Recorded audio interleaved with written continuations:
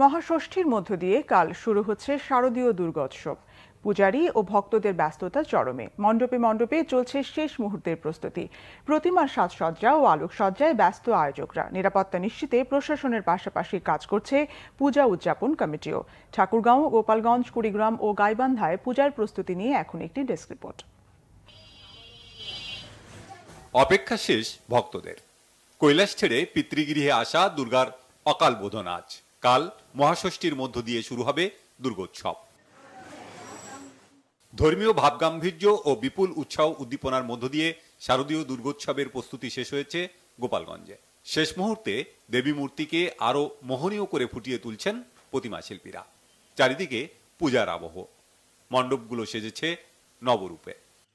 আমরা এই ডেকোরেশনগুলো অনেকটা সংক্ষিপ্ত আকারে নিয়ে আসছি এই আবহাওয়াগত কারণে।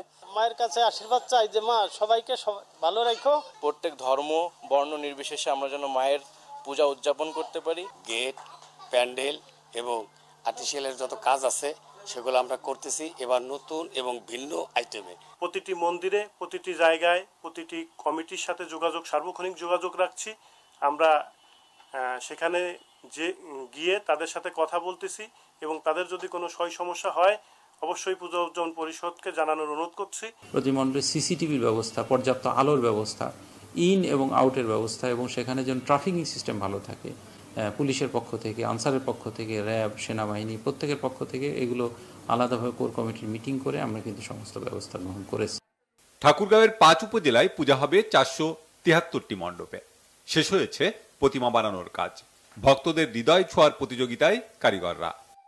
সবাই আনন্দে উল্লাসে পূজা পালন করবে আশা রাখি। সার্বিক নিরাপত্তা ব্যবস্থা জোরদার করা হয়েছে।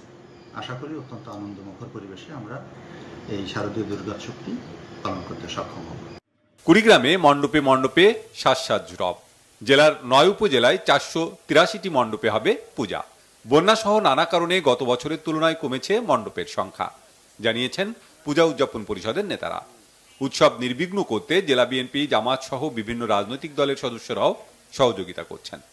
পুলিশের লোক, আর্মির লোক, বিডিআর লোক, তারপরে আনসার এবং পার্টির লোক সবাই আসতেছে। জিজ্ঞাসাবাদ আমাদের বলতেছে যে কোনো অসুবিধা আছে কিনা। আমরা বলতেছি না, আমাদের এখন থেকে কোনো অসুবিধা নাই, আমরা সবাই এই ব্যাপারে উৎসুক আছি।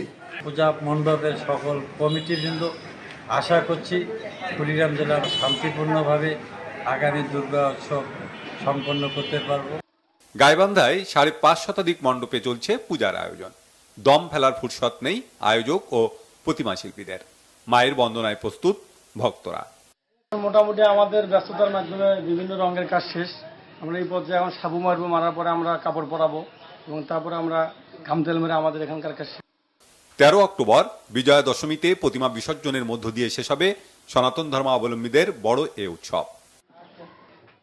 Bangla vision news desk.